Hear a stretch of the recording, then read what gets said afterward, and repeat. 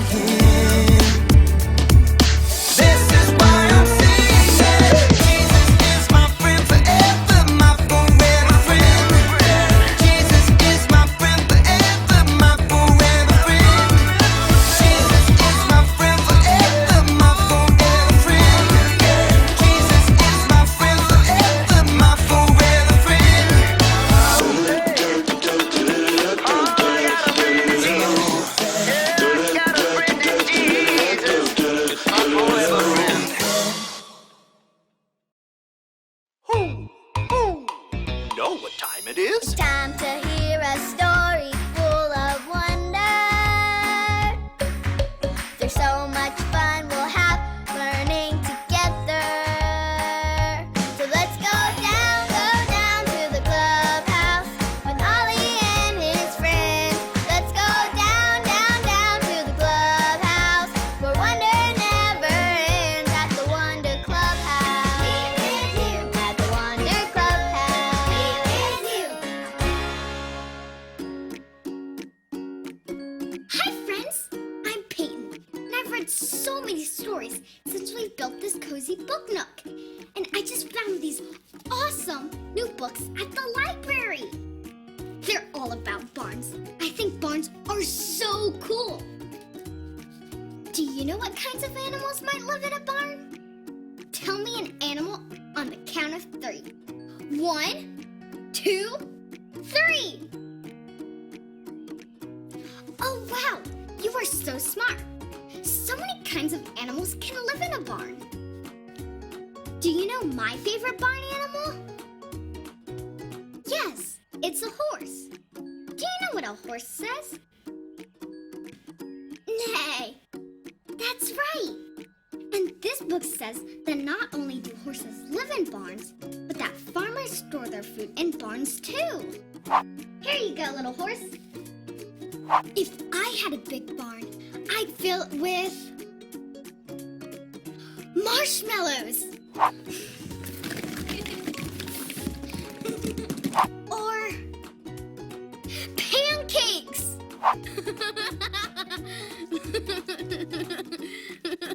That would be so fun. What else can I learn about barns? It's Ollie! Hello, Peyton. Ho, ho. Reading all about barns, are you? Oh, hi Ollie. I've learned so much from these new books about barns. Books are amazing. It's true. I know another story about barns for you.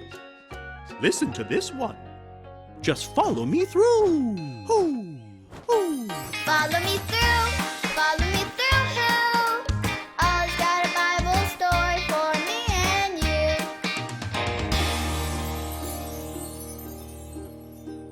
Oh, hola friends. I'm Luis, the handyman. I'm organizing all my tools. And wow, do I have a lot of them. I have 3 hammers.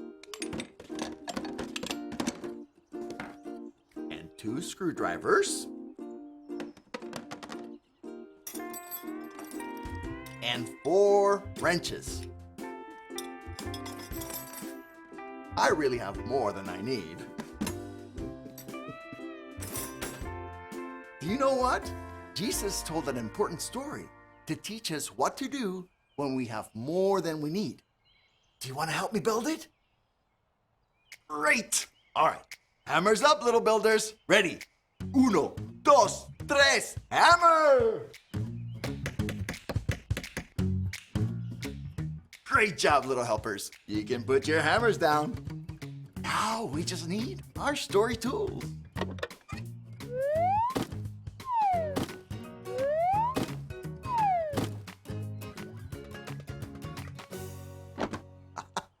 Yep, we have everything we need. Jesus told this story to teach us something very important. It begins with a farmer. The farmer grew a lot of good food for his family. Like, a lot. Look. Whoa! That's a lot of food, right?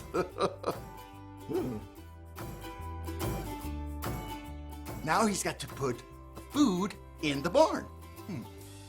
Can you tell me when the barn is full? Just yell, stop! Ready? All right, load it up.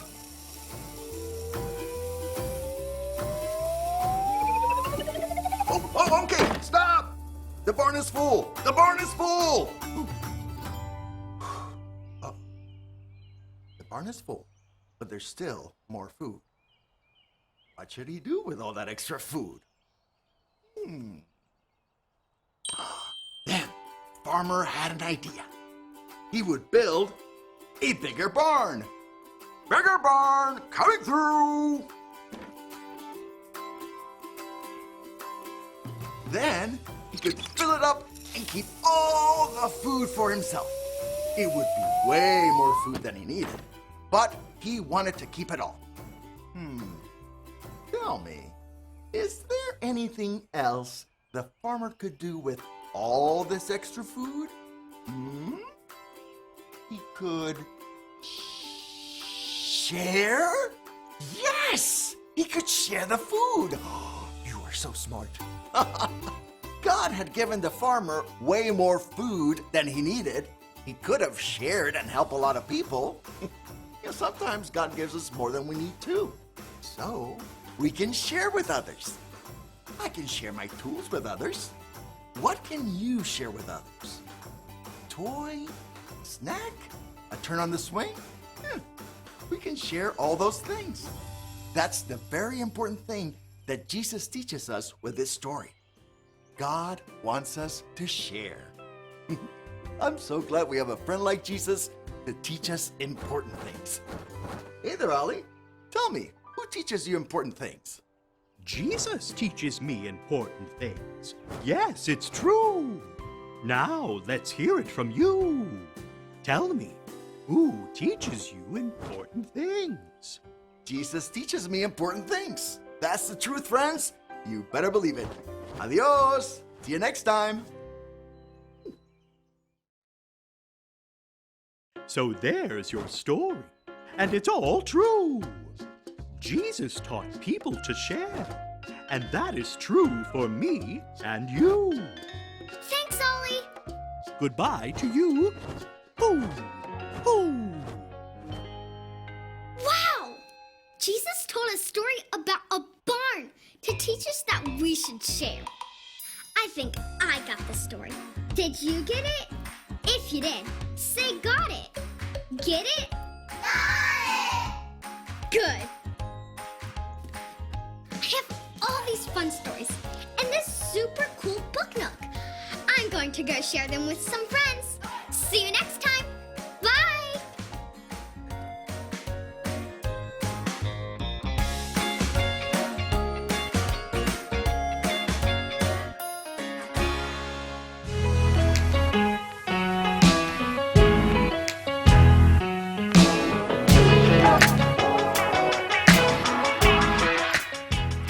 crowds were amazed at his teaching. Matthew 7:28. The crowds were amazed at his teaching. Matthew 7:28.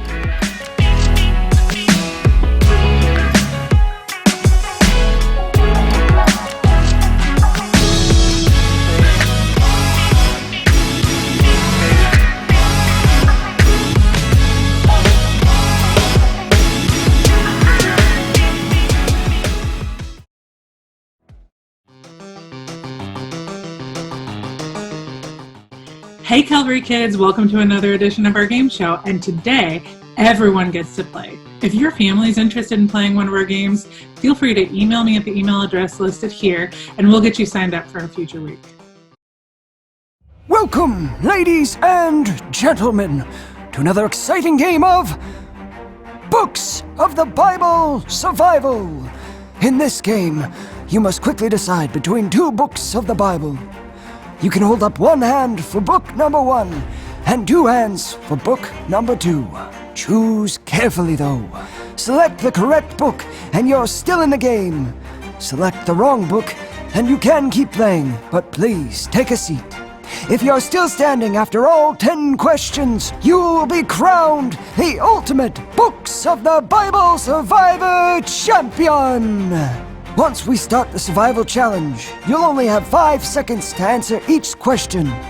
So everyone please stand up, do a big stretch, and let's begin! What is the second book in the Old Testament? Raise one hand for Numbers. Raise 2 hands for Exodus. The answer is Exodus. Next question. Which of these books is in the Old Testament? Raise one hand for Habakkuk. Raise 2 hands for Philemon.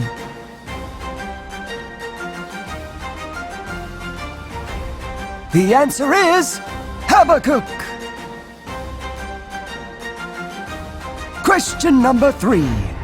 Which of these books is in the New Testament? Raise one hand for Galatians. Raise 2 hands for Lamentations.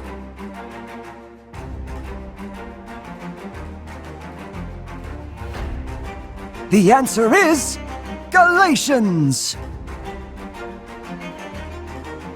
Here's the next question. Which of these books contains lots of songs? Raise one hand for Hebrews. Raise 2 hands for Psalms.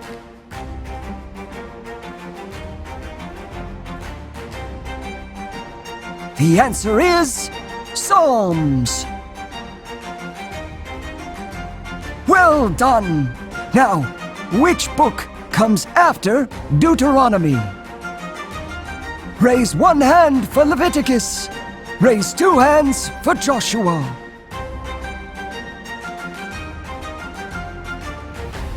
The answer is Joshua. Good work. Now, which book comes after Malachi? Raise one hand for Zechariah. Raise 2 hands for Matthew.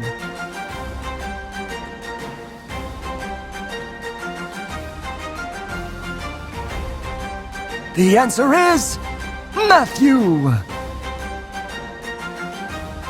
Next question.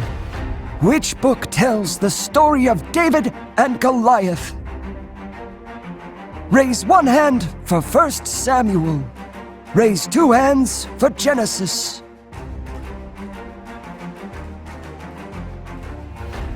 The answer is 1 Samuel. Very impressive if you're still standing. Which book tells the story of Samson? Raise one hand for Jeremiah.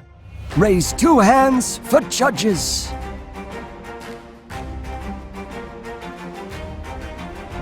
The answer is Judges. Only 2 questions to go. Which of these books comes before Romans? Raise one hand for Acts. Raise two hands for Ephesians.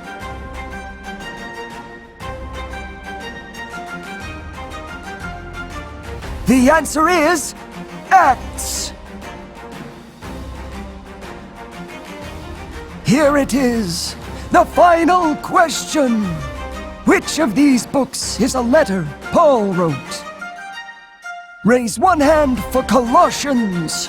Raise two hands for Ecclesiastes.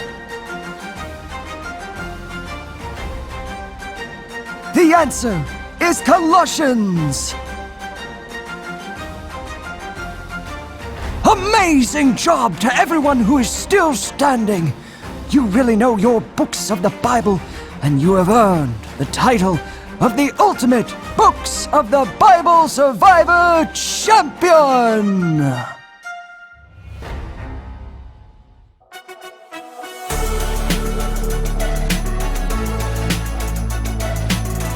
Happy birthday to you.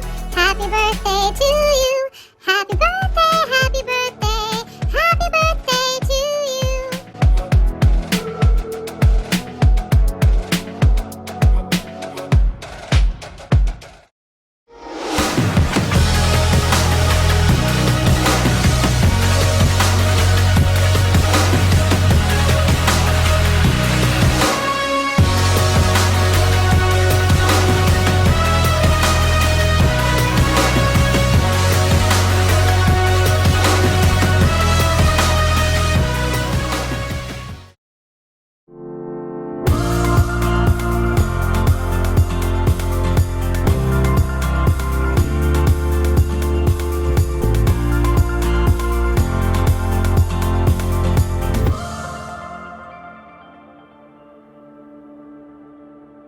Dear God, Dad always says we can learn things the easy way or the hard way.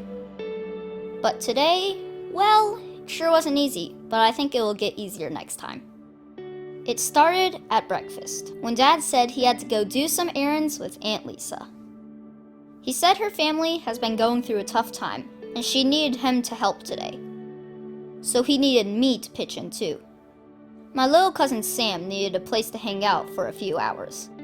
And all I could think about was that every time he came over, he broke stuff and took my things, and he never listens. Dad said, I really need you to control your temper and make sure he has a good time. I knew he was serious, so I told him I'd try.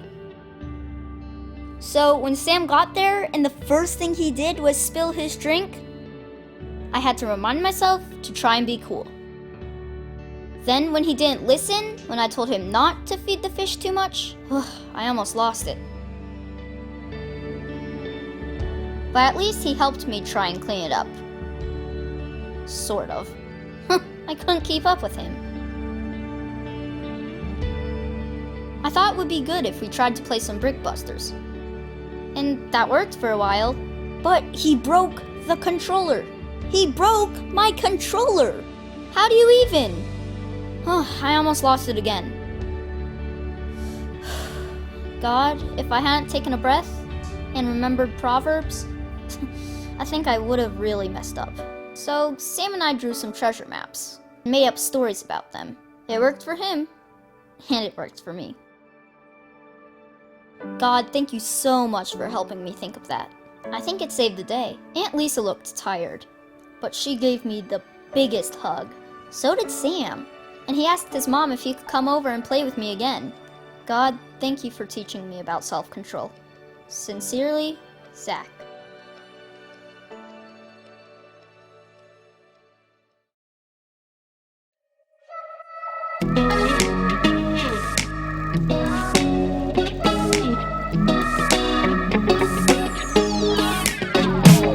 Whenever I'm in need and I'm looking for help, God, you're always there for me. Wherever you lead me, I can follow you. God, you're always there for me. Oh, God, you're always there for me. Help me believe you know what's best for me. feel it in my soul when you are in control. I got one life to live and I wanna live it your way. Oh yeah, I do what I should do when you help me choose. I got one life to live and I wanna live it your way. Oh yeah, I got one life to live and I wanna live it your way. Oh yeah, one life to live and I wanna live it your way. Whenever I'm lost and I don't know where to turn, God, you're always there for me. Wherever I go, you're always by my side. God, you're always there for me. Oh, God, you're always there for me. So help me believe you know what's best for me. I feel it in my soul when you are in control. I got one life to live and I wanna live it your way. Oh yeah, I do what I should do when you help me choose. I got one life to live and I wanna live it your way. Oh yeah, I got one life to live and I wanna live it your way. Oh yeah. Yeah. God, help us to be more like you, 'cause your way is the best way. I feel it in my soul when you are in control. I got one life to live and I wanna live it your way. Oh yeah, I do what I should do when you help me choose. I got one life to live and I wanna live it your way. Oh yeah, I feel it in my soul when you are in control. I got one life to live and I wanna live it your way. Oh yeah, I do what I should do when you help me choose. I got one life to live and I wanna live it your way. Oh yeah, I got one life to live and I wanna live it your way. Oh yeah.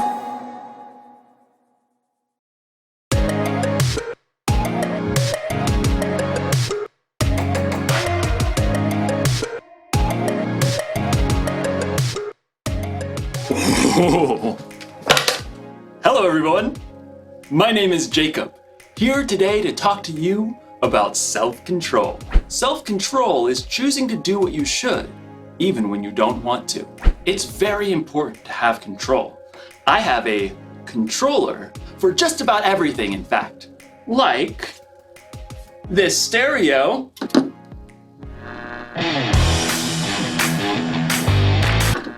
Thanks, stereo. Or this fan. I've even got a remote for my blender. And of course, everyone's favorite remote control, the TV remote. Whoa, where is the TV remote? This is its spot. This is its home. It's where it lives. Where are you, little TV remote? TV remote! TV, TV, TV, TV. No, little guy, where are you? TV! This makes me so mad. I bought the remote caddy so that I could house my remotes. And when someone takes the remotes away and doesn't put it back, I get real angry. I asked you, why have a remote caddy if you're not gonna caddy the remotes?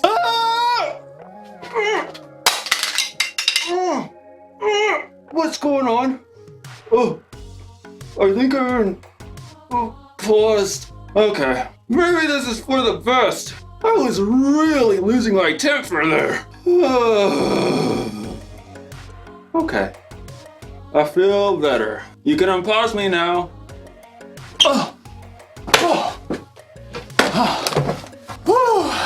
That was a close one. Anger can really take over if you let it. In today's story, we'll hear about a guy named David who had every reason to be angry. Let's hope it doesn't control him.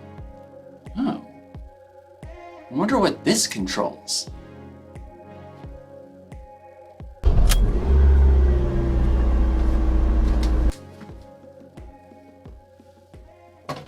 I don't even own a car. The Bible. It's 66 books of history, stories, letters, and poetry that fit together to form God's one big story. The epic adventure of how He created us and loves us so much that He made a way to rescue us. As we travel through the Bible, from Genesis to Revelation, we discover people who met God and found their lives changed forever. Now, for an amazing story. Inspired by the book of 1 Samuel, chapter 24.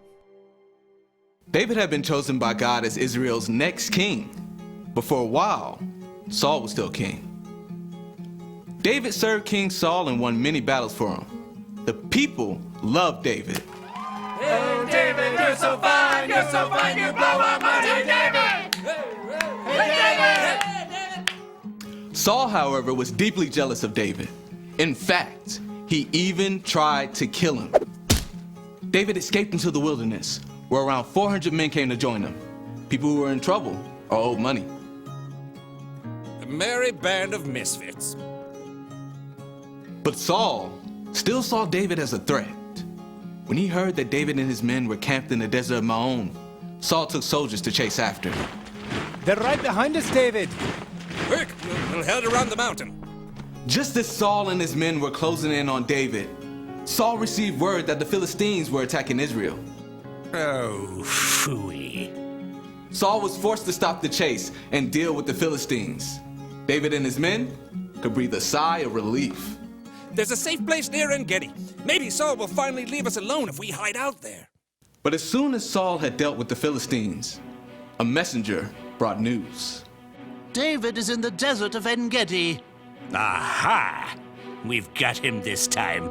Gather 3,000 of the best soldiers from all of Israel.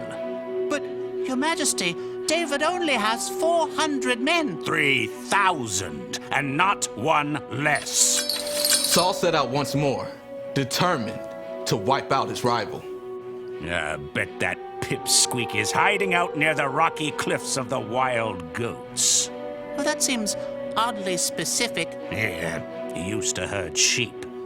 In fact, David and his men have been staying near some sheep pens not far from the cliffs. Saul, headed this way. He's got 3,000 soldiers. Again? Why can't he leave us alone? We can take him on. I'm worth 10 of his soldiers. David could feel his anger boiling, but he took a deep breath. No, we won't fight them now. And we won't have a choice in about 6 minutes. The caves! I want everyone inside! Stat! David and his men hurried into a nearby cave that cut deep inside the cliffs. All the way to the back! They're here! Outside, near the sheep pens, Saul had called a halt. Take a break, men! At that moment, Saul found himself in need of a royal outhouse. I require a royal outhouse. I believe there's a cave over there, Your Majesty. I suppose it'll do. Saul entered the cave.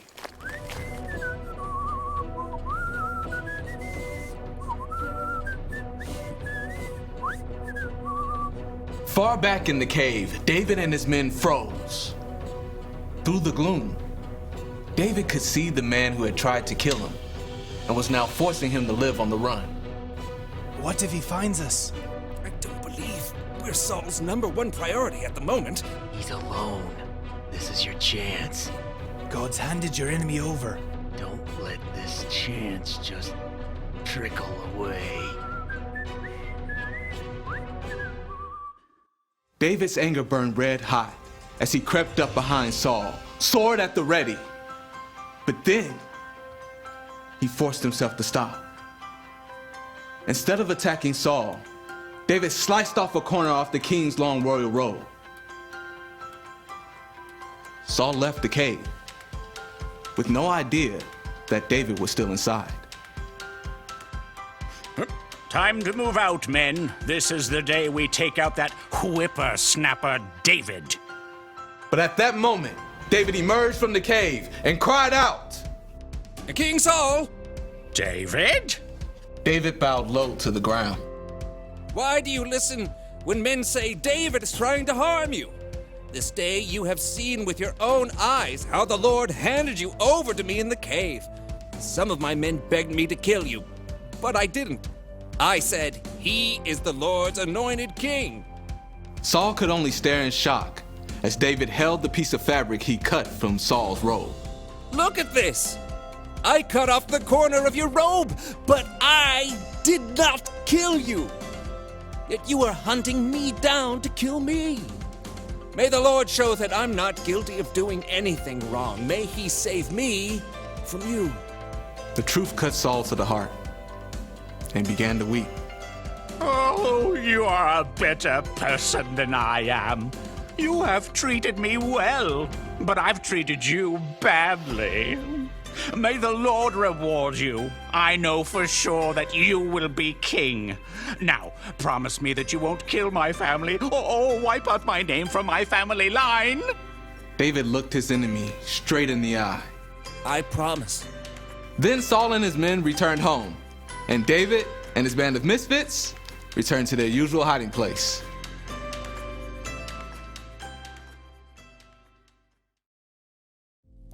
David was angry at King Saul, and he probably should have been. King Saul was trying to kill David. But even in his anger, David didn't lose control. He paused and thought and didn't let his anger take over. You don't need a remote control for yourself to know how to pause. You can do that on your own. If you're angry because someone borrowed something they weren't supposed to, or someone said something that really hurt your feelings, you could just fly off the handle. Or you can pause, count to 3 or 10 or 100 if you have to, and think about how you're going to respond. Remember, you can pause in real life, but what you can't do is rewind. Once you've said or done something in anger, it's out there. You can never take it back. I'm not saying you shouldn't ever get angry. In fact, Jesus himself got angry, but he had good reasons to get angry. And so do we sometimes. It's like when you or someone you know is being treated unfairly. That's a good reason to get angry. Losing a remote? Probably not the best reason to get angry, but good anger or bad, it's still wise to keep control of your anger instead of letting it control you. That's the one thing to remember today. Don't be controlled by your anger. Count to 10 and keep your cool. Music! Okay. Music! Oh, that's the... Okay.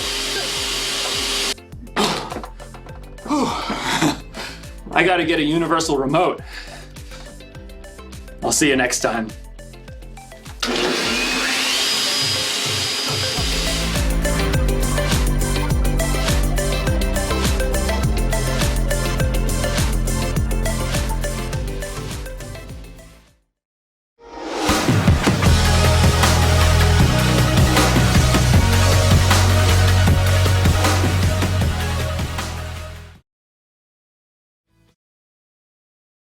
Sit, Zoe, sit. Good dog.